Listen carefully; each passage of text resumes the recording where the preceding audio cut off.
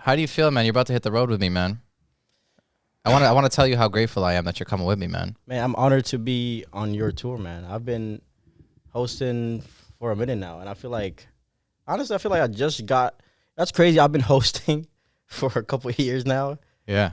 I feel like I just got somewhat decent. I think you've become a really good host. That's why when I hit you up about San Fran, I was like, I need you to come. I used to go up on stage and have a flashcard. Yeah, I remember that, boy. And still read it wrong. Bro, I remember Yazid will never let that go, man. Yeah. You called him Eunice or you called him? I think I call him, yeah. I think it's Yunus Suleiman. I just miss.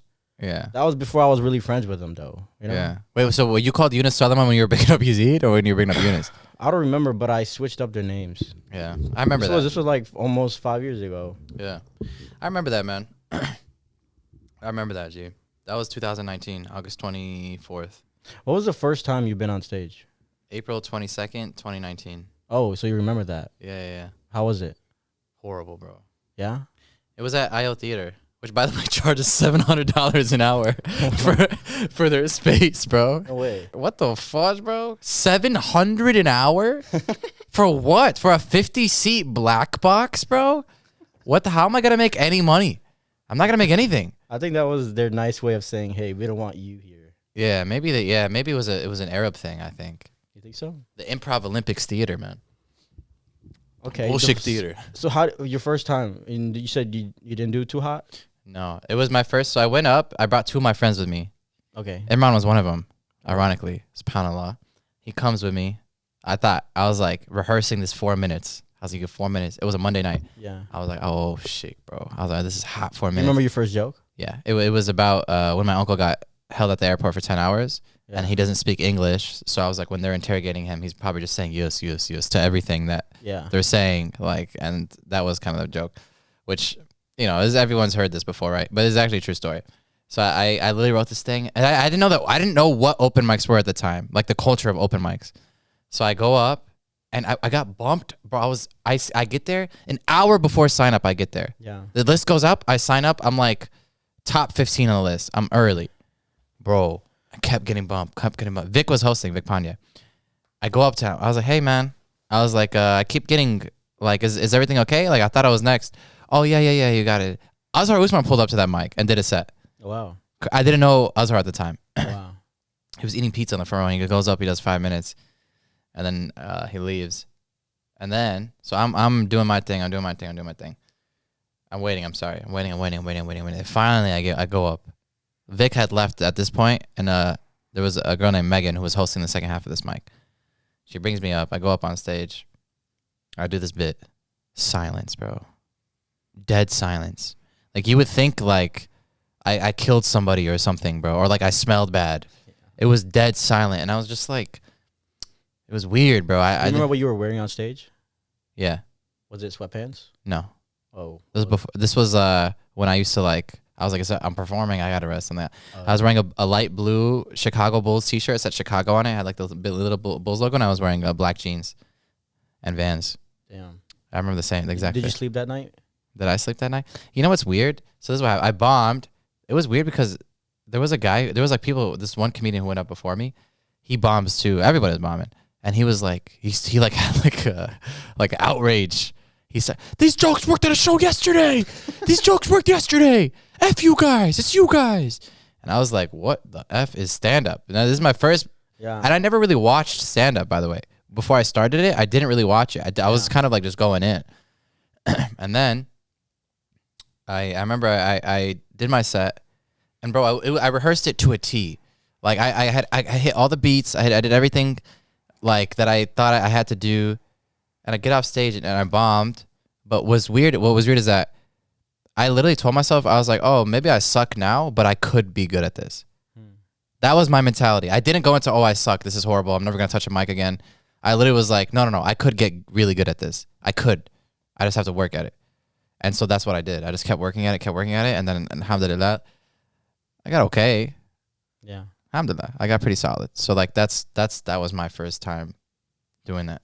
So that was your first time was at a T5 show hosting, right? That was your first time. That was when I first started, I was just hosting. I wasn't even doing stand up. Yeah. I was just hosting T5 shows. We really just kind of learned on the go because even me, when I thought of hosting, I didn't know what hosting. Now I know what hosting what is. it entails. Yeah. Yeah, but before I was just like, dude, you're just hosting. Just go up, be like, oh, what's up, guys? Next up.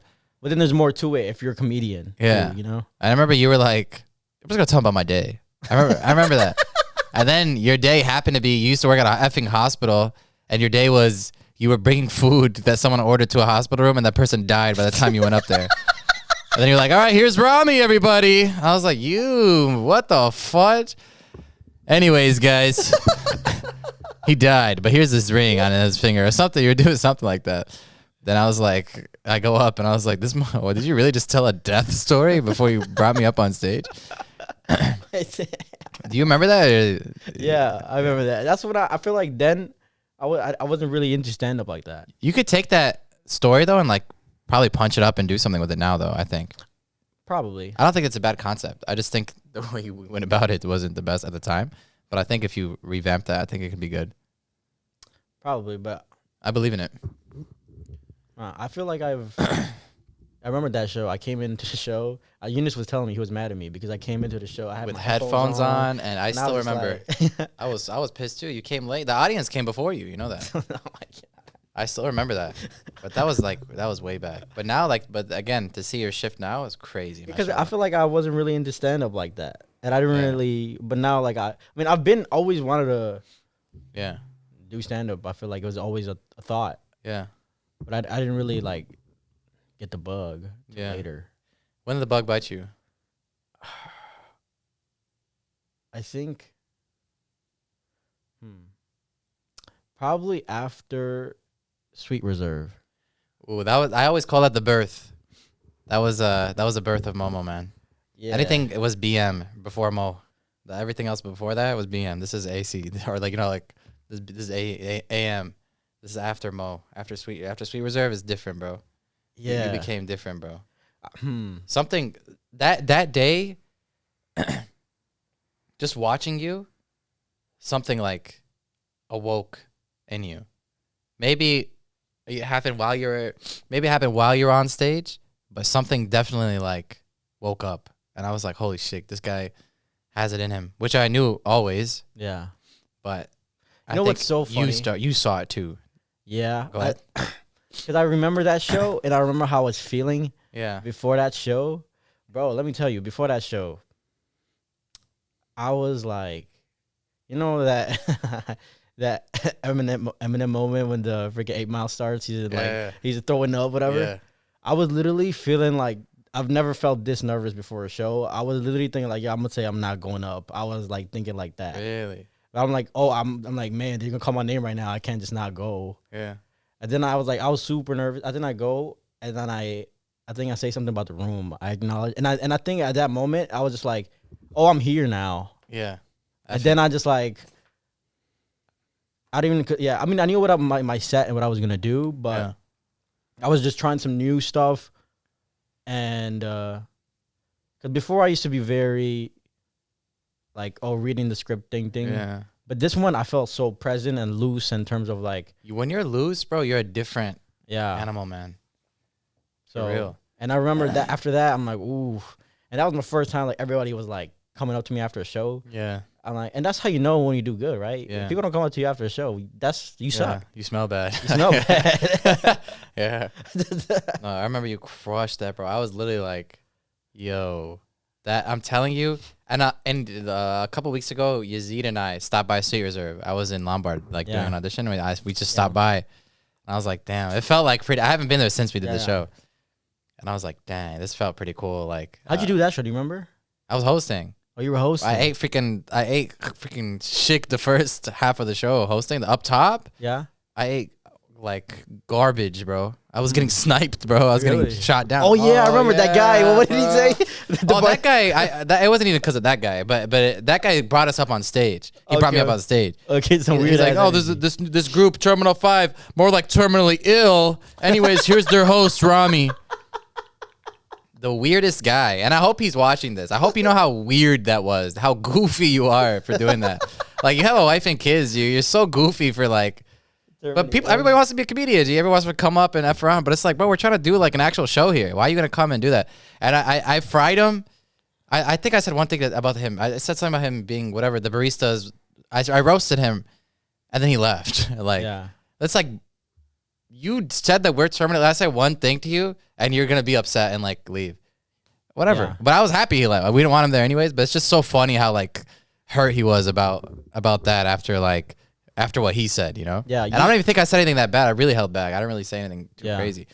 I just roasted the barista. I remember you used to host a lot. I used to host a lot of all the T5 because I had to. Like it was no one else could like wanted to. No one else really wanted to host. And hosting is not like, it's a very thankless job. Yeah. Like it depends. Like it could go really well, it could not, but like. But then it takes a lot to be a good host too. Yeah, you know, that's a different skill set. It's a different thing. That's how I got really good at crowd work, man. Was hosting because I just go up there, blah, blah, blah, blah, blah, just freaking roast everybody. 10 minutes. Do like 3 minutes of material. All right, bring up the next comic. I wouldn't even do anything between either. I'm just like whatever. My job's up top. You know? But that show we had an intermission. I don't know if you remember that or not. We had we did the first half of the show. People got like sweets and stuff. Yeah, so we had to do an intermission so like people could go buy desserts or whatever. The second half of the show, I had to give me a locker room speech. He gave me the halftime talk. Adil was like, yo, man, like, go be yourself up there. Why are you like freaking being like timid and not? Because I was like, there were kids in the crowd. That was it was weird. But then I was like, you know what? Well, that was a fun show. Now I look back at it. I was like, you know what? Oh, I remember that. Now the second half was like even Ish was in the crowd. Ish told me he was like, bro, what the fuck? Because Ish has seen me before. Ish was like, bro, what the F is going on? I was like, you know what? You're right. I go up that second half and I was just lighted up. Yeah. I lit it up. I probably did another 10 minutes, lit it up, and then I was like, okay, now we're talking. And then even I could see him like the proud dad in the corner, just like, you know, like just really happy about it. Yeah. And I think I brought you up in the second half. I'm sure actually I brought you up in the second half, and then you came and just, and then the show just went whoosh, like really took off. And by the end of it, at least I hope. Everyone forgot that first set that I had up top because that was garbage, bro. That's crazy how you like flipping the room is such a I think I love seeing that especially when the room is dead. Like they're not really rocking with the room right now. And then a part of me is like, oh, who's gonna flip it? Is it gonna be me? Is it gonna be? Sometimes I tell myself, oh, I have to flip this shit. Sometimes I even tell, watch me, I'm about to go flip this shit. You have to sometimes, man. You know what I'm saying? And like you got to take some bullets for the sake of the show sometimes. As a host, a lot of the time. But alhamdulillah, I haven't. Yeah, man, hosted. Last time I hosted was your show. It was like a month ago. I haven't hosted in a minute. Yeah, but I haven't really dove into because I feel like before I was hosting, but I wasn't really hosting. I would freaking just do my set up top with no play with the crowd. It's fun to play with the crowd. You gotta do both, bro. When you're hosting. Like you got to do a little bit of material just so like the crowd could get used to material. Yeah. But you have to get them warm. That's your job. Yeah. So, and even like if it's hot, bro, in between I'm not doing anything. All right, keep it going for your next comic. If it's hot, why am I gonna do anything? But if it's not, then I have to. I always have bits ready for in between, so I could come in and do like jokes I know are hits. Okay, like it's a minute long or something, quick hit. All right, get it back up. Okay, we're good again. Here's the next comic. Because you never want to bring up a comic on bad energy, you know what I'm saying? Or like low energy or whatever. So that we always have to be aware of that. But man, that's what you got so good at hosting, mashallah. The energy you have up top. Bro, when you opened Houston and Dallas the way you did, G. And I have to tell this story because like these people have to hear this. We're doing Houston and we're doing Dallas in a weekend. Yeah. Mo was there for like a week. And I guess Mo was getting Amber Alerts on his phone, being in Texas, bro. And so Mo did a bunch of other shows there beforehand. And then we have our show, our T5 show in Houston. Houston was first. Mo, you're hosting. Houston, Mo goes up and he goes, man, they say everything's bigger in Texas. And it's true because y'all fat as fudge. He's like, I'm getting so many Amber Alerts. And who the hell is kidnapping these fat as hell kids? I was just like, this is how we opened the show, bro. This was the first thing they heard from any comedian that night. And they ate it up, bro. Yeah. Dude, the way you just busted the door wide open, So there was no, like, if anyone bombed after that, they just bombed. Yeah. Like, it's impossible because they're warm now, bro. But I've never seen like for a crowd to be warm after one joke is crazy, bro. So that's like mashallah, bro. That shit was so raw. And then he did the same thing in Dallas, and I think he was even more aggressive with it because he saw how well it worked in Houston, and I think you were more confident in it now. Yeah. And you hit it, but you weren't hosting that day. I think you went up. I was the first one to go up. You were first one up, and then you went up, and then you were wearing a beanie, a white long sleeve, and then like a black vest over it, and you freaking went up. And you were wearing a kufiya, like a scarf. Man, you fat as hell kids, man. I was going crazy. You gotta post that clip, man. Yeah, I gotta. That was funny, man. That was effing funny, bro. But roasting the room like that, roasting the city, like even every city I'm going to, I'm writing individual things to like talk about. Yeah. Like, oh, this city, this happens in this city, but not too much because I really want the piece to just be the piece. But like, you have to talk about, you know, what's going on in Brooklyn with these tunnels that we found underneath a synagogue. I gotta bring it up. You know what I'm saying? Like up top, I'll bring that up, and then I'll go into the hour. Or like in Chicago, or in Houston, and Texas, and in Dallas, I'll bring up, you know, abortion laws, gun laws, whatever it may be, and then I'll go into it. Chicago's my hometown, so it's like it is what it is. But so that's kind of the thing, man. Inshallah. But yeah, man, it's about to be crazy. I'm going back to the only two cities you're not coming are Houston and Dallas. Yeah. So that's gonna be a bit of a hit, but we got to find a host for both of those shows. But we're gonna find it, inshallah. And then Yazid's gonna be with me, featuring for both of those and for San Fran. And on this tour, is there any city? All these cities you've been to before, right? Yeah, except Minneapolis. Oh, Minneapolis. Yeah, you're coming with that too. Yeah, yeah, that's gonna be fun. That's gonna be nice, man. Oh, dude, I've been getting hyped just like Thinking about it. Yeah, alhamdulillah, bro. Did you ever think about stand-up comedy when you were like 12, 13, 14? No, I don't even know. My first time watching stand-up, I had already started it. Like when I watched my first special that I watched, was Kevin Hart. Yeah. Eunice was like, bro, you gotta watch stand-up if you're gonna be doing it. Yeah. So like I had never seen it before. I started it. Oh wow. So it's like, it was very, I don't know. So Kevin Hart was the first like stand-up comedian you saw. Yeah, I saw his special. I think it was Growing Little. Was it? I don't remember which one. Yeah, Growing Little Man or something. Growing Little. That might be a movie of his. It's not a movie, right? Yeah. I forgot his name for a special. Damn. It was. Damn, I don't remember. But that was the first special I watched front to back, and I was like, this guy's effing funny. And then I started diving into like everybody else and watching a bunch of other people. But still, even to this day, I don't watch a lot of stand up. Yeah.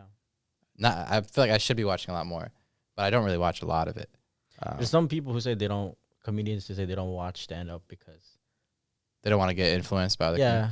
That's fair. Yeah. That's not a bad thing. I mean, I see it live a lot when I go to shows and stuff, when I see other comedians, but like for me to sit on Netflix and watch, depends like which comic, you know what I'm saying? I'm not going to watch everyone's thing. I like to watch like, you know, like if someone drops that I really like whenever Hassan drops, I'm watching it.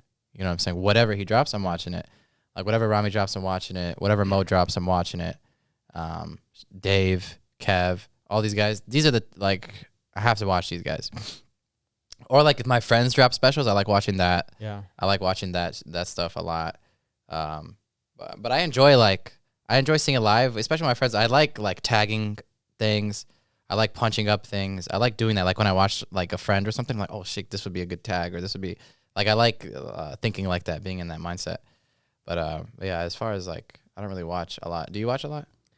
I feel like I have phases. I mean, kind of like you. I feel like those people that I want to watch, and I like, and I'll keep up with what they have. Yeah, it's good to study though. Yeah. Like study the grades and watch that, and that's like good to. I have my like seasons. Yeah. Where I'm like, oh, I'm really watching a lot of stand up now, but then I'm like, oh, I'm not. It's good for inspiration too. I know Eunice does that a lot when he's feeling like low on it. Yeah. He'll watch like George Carlin and be like, okay, I'm back up. But I don't. When you go on stage, do you have an intention with something that you go on stage with whenever you're performing? Like a piece or something? No, I'm saying like your mentality on when you're growing up. To body everybody. That's what you think. So you approach the stage with competitiveness. I I think it's like something I say more than like I don't really approach the stage being like I want to kill everyone, but like beforehand I definitely like I'm like oh I definitely want to be the best. Like I think that's a healthy thing. Um, but yeah, but it's not. I don't think it's even that because I think comedy is so subjective that it's hard to like. Yeah. You know what I'm saying? Like if you kill T5. This tour. Let's talk about it. Ooh, all right. Let's talk about it right now, man. Let's talk about it a little bit, man. What obviously it's a timely piece Yeah. with what's going on Yeah. in the Middle East right now. Yeah. So crazy enough, bro. I think you know this too. Earlier in the year, I was planning to run my hour in Chicago, and it was called "Let's Talk About It." Yeah. But it was a completely different hour than the hour I'm running now. Oh wow. Which is freaking crazy. But there was still in the middle of that hour was a lot of stuff about Palestine. Yeah. A lot of stuff about that. And I had that, and I was going to run this hour. I mean, you have a lot of the jokes you've seen already. So October 7th happens. Palestine takes a global stage. Everybody's watching. Everybody's paying attention to what's happening. And so I'm just like, obviously I'm seeing everything going on. And my whole family's there in the West Bank. And so I'm now freaking out. But like everybody else, I don't know how to deal with it. I don't know how to cope with it. I was in bed all day. I wasn't working. I wasn't doing anything creative. After literally maybe a month of sitting around, maybe 2 even, I keep seeing Samuel Bade's clips, bro. And Samuel Bade is so fire, and he's so funny, mashallah. And he's like cranking out clips about what's happening. Yeah. And he starts writing about what's happening. He's putting out clips like that. So I'm seeing him. And then I had some conversations with Ahmed Barucho, who's freaking hilarious. He's in LA, comedian in LA. Amazing dude and an amazing comic. And he's just offering so much love. He's sending me so much love, like my way. So basically, combination of these two, I'm like, I'm getting out of bed. And I told Sam, I even texted Sam, I was like, you got me out of bed. I was like, thank you. So I get up and literally like, let's talk about it. Like, let me just write about what's going on. So I start writing hella material, like a lot about the propaganda that Israel puts out, about the double standard that Israel claims, about even Western media, just telling my own personal stories of being in Palestine, my family's stories. So I start writing all of this, and I'm like, look, if I can get people to laugh, not at what's happening, but just to laugh, I think they will see the absurdity in it. If I make people laugh at the fact that, yo, this is not a list of terrorists, this is a calendar. If I get people to laugh at that, then I win. They'll be like, wait, hold up. This is that wasn't a list. And so that was my goal, was to kind of, as a comedian, I have a duty to be funny. But as a Palestinian, I have a duty to educate. Yeah. To raise awareness, as everybody says, about what's happening, to tell the truth, to speak that. I have to. It's like every time Palestine comes up, I have to talk about it. There's no way, you know? And so that was something that I was like, I have to do. So I get up, I start writing this hour, bro, maybe like a couple weeks, 3 weeks tops. And then we did the shows in Texas. I tested out some of it there. And I wasn't even intending on making an hour at that point either. It was just little bits here and there that I had. And then I get back to Chicago, and then it was almost like I fell back into the trap. But then I was like, no, I got to get back up. And I was at an open mic on a Tuesday night at like the back of a bar. And then I hit up Naveen. I was like, yo, what if I rented out a space and just ran an hour, like in like 2 weeks? Or like, it was like, literally like a week and a half. Then he's like, just do it. Why not? And so I was like, F it, dude.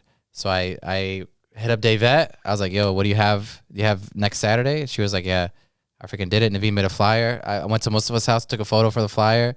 I put together this whole piece. I rehearsed it so much, bro.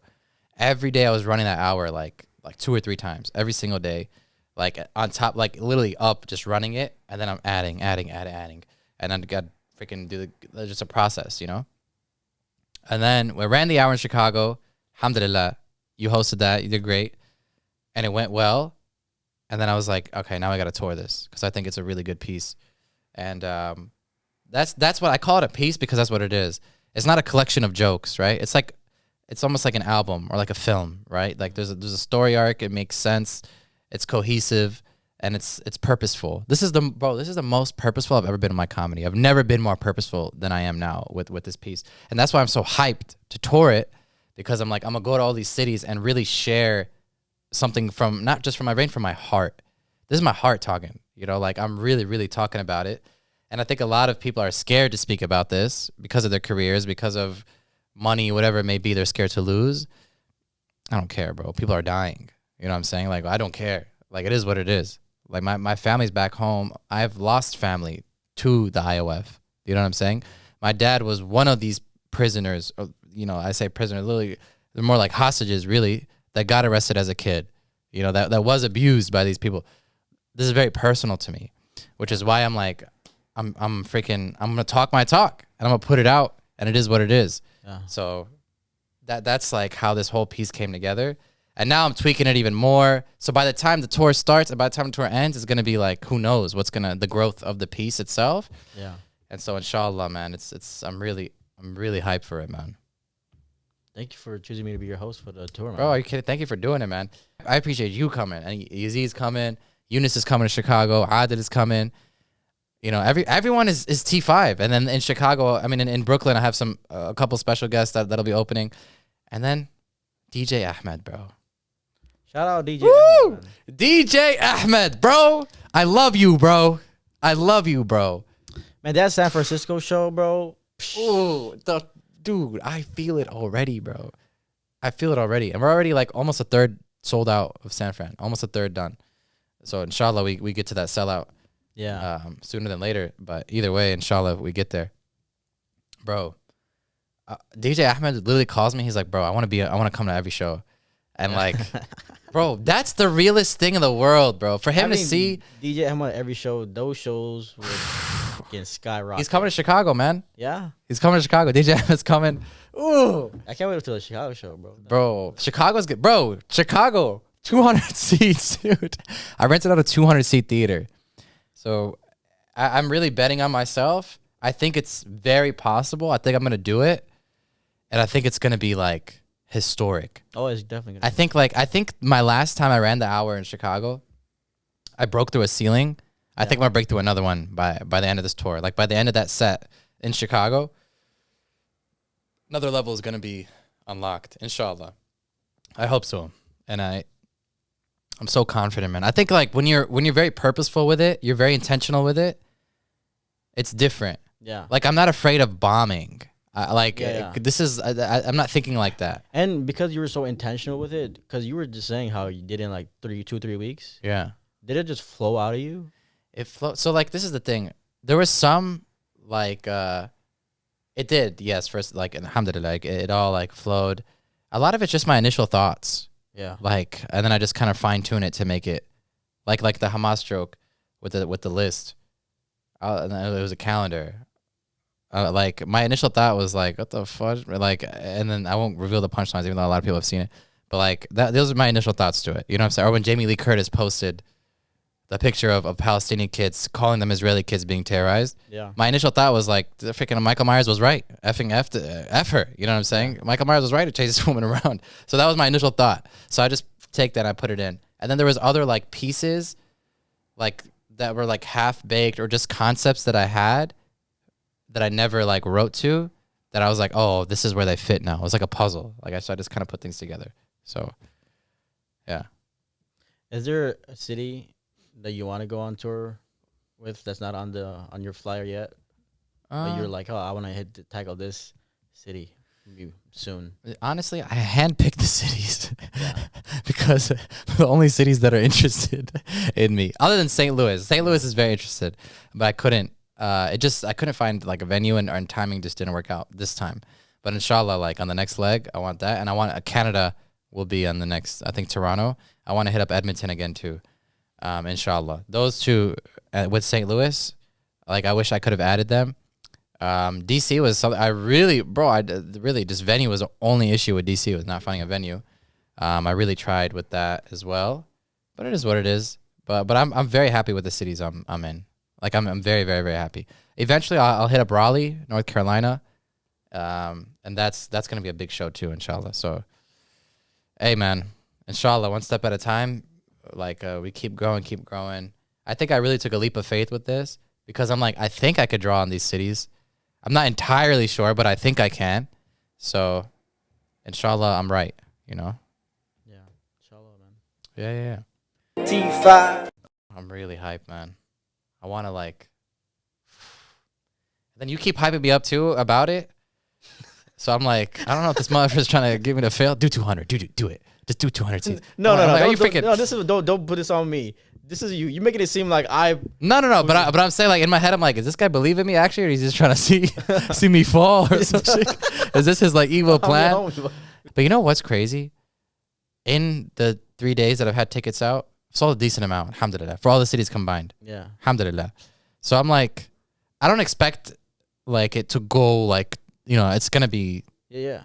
So, but I am worried about 2 cities specifically, Dallas and Brooklyn. But I think, inshallah, we'll be able to do it. And I mean, sell it out is what I mean by that. I hope so, but I don't know. I think we will. I think every show, inshallah, will be sold out, or like really close to it at least. Yeah. Chicago will definitely will. Chicago, boy, 200, 200, Madison man. Street. That's gonna be fun. Yeah, I can't wait to be on that stage, man. That's gonna be fun. That's a beautiful, bro. Oh, and then Adil will do 10. Eunice will do 10. I'll come out. Ooh, that's gonna be like a big. I want people to. It's an experience. I think that's even on the flyer. I told Naveen, call it an experience, a stand-up comedy experience, because it gets serious. It goes to funny. It gets like a little bit. Oh shit! I break the tension. I build tension. I break it. I build tension. I break it. And so like, I'm very happy. But I have to write new jokes for it. Still, I'm gonna add some new stuff because a lot of the stuff I posted, and doesn't mean I can't use them again. But like, there's some stuff that I upgraded already that I want to use. And I can't even stop smiling just thinking about it, bro. I be checking that Eventbrite app like a madman, bro. I wonder if there's like an iPhone thing that you could see how many times a day you click on that. That's so funny. I'd be clicking on that nonstop, bro. It's horrible. I can't stop, bro. I'm like freaking. Even right now, I can't wait, bro, to check it. Even if it's the same, I'm just like. T5. Being your first hour that you're touring with, that's dope, bro. I'm very proud of this, and I'm actually I'm happy it's this piece and not what I was doing before. What I was doing before was cool, and it was still funny, and it was still storytelling. All of it is storytelling. But it wasn't like, it was maybe it's because I've done it so many times. Maybe if I do it to like a brand new audience, they'll be like, oh, this is awesome. But this is like what I really want to talk about. This is the bag I want to be in. You know what I'm saying? Yeah. So, inshallah khair, man. Allah knows best, man. Like, all this timing makes sense. Perfect storm, man. Remember those 2 words, man. Perfect storm, man. T5. That vibe at the last show, oh my gosh. That felt like something, oh my goodness. That felt so special, man. That felt really special. I was just like, whoa. Like, to come out, to see like aunties like laughing at our jokes, bro, is crazy. I'm just like, whoa. That whole time I was like, yeah. I was like, this is it. Like, this felt amazing. And like these 2 gatos. So gatos is like how we say aunties. But it actually depends, because if it's on your mom's side, it's gato. If it's on your dad's side, it's amto. Same thing for uncles, amo. For dad's side, it's gato. Anyways, I'm not giving you an Arabic lesson for no reason. But one of the gatos came up to me after the show, and like she was with her family. Honored, by the way, that they came. That was like so much love. And they were like, "Oh, we you know what Diwali is or no? You know what grape leaves? Diwali? Diwali, not the holiday. Diwali is like a food. Okay. It's like grape leaf, and they stuff it with like rice, meat, and they like roll it up. Yeah. She was like, me and my family were rolling up like Diwali while watching Makluba, while watching your movie. And I was like, dude, that's the coolest thing I've ever been told, probably ever. Yeah. I was so geeked by that. Yeah. I was like, that's the most Arab thing. That's the most Arab thing ever. Yeah. But I was so happy about that. I was like, dang. So yeah, that was really cool to hear about. And like, man, I'm telling you, man, I like slowly, inshallah, we're like rising, and more people are paying attention. And I hope that like when the moment does come, we're ready for it. This is all we could do, is just stay ready. Yeah. But I think this piece is going to elevate me to like a different level. Not even like with clout or anything. I'm not even I'm talking about as a stand-up. I'll reach like a new level of comfortability, a new level of writing, a new level of like just stage presence. Everything will be elevated as a performer, inshallah. So, man, I'm so hyped, man. Get your tickets, man. What can I say? Get your tickets, man. See me, see Mo, Yazid, Eunice, Adil, and then other special guests that I will not name yet, inshallah. Thank you, Rami. Thank you, G. I appreciate you, bro. Anything you want to say? No, you could close it. Get your tickets now. Let's talk about it on tour, inshallah. T5. How do you feel going on your first tour, bro? Damn, we're driving right into it. Okay, this is the thing, G. I gotta give the backstory of everything that happened Okay. in the last, like, whatever, since December month. Okay. So obviously, a lot is going on back home. Things popped off in Palestine. It's been going on for a long time. People think it just started. Yeah. Those people are idiots. The point is, when this first happened, when October 7th first happened, I was like in bed every single day watching my people get slaughtered. I couldn't get up. I couldn't move. I couldn't do anything, bro. I wasn't working. I wasn't doing anything. I was just laying in bed all day. I don't know why you're smiling, G. I was thinking You think it's funny, Mo? No. I was thinking of something funny to Oh, say yeah, after Mo? you're done, but You think it's funny? You think that's funny? You think depression's funny, Mo? Is that what it is? Yeah, I'm gonna say it again, Mo. okay. If you smile at me one more time. Okay. So I was basically down in bed. I couldn't.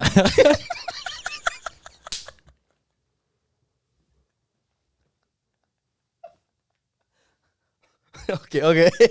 I couldn't sleep. All right. I couldn't eat. And this was in December, right? No, man. Yeah. I guess, yeah. Yeah, when you were in bed, you couldn't sleep. Yeah.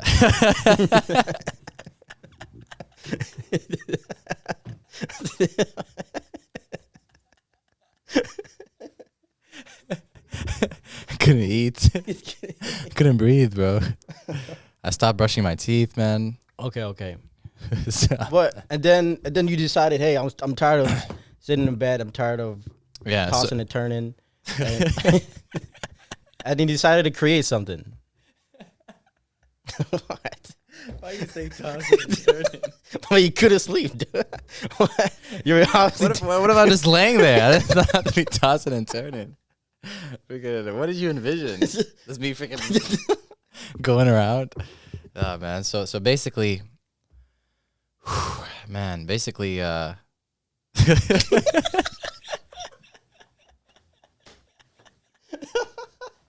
right, man. You were tossing and turning. You couldn't sleep. the worst promo. It's supposed to promote the damn tour. T5.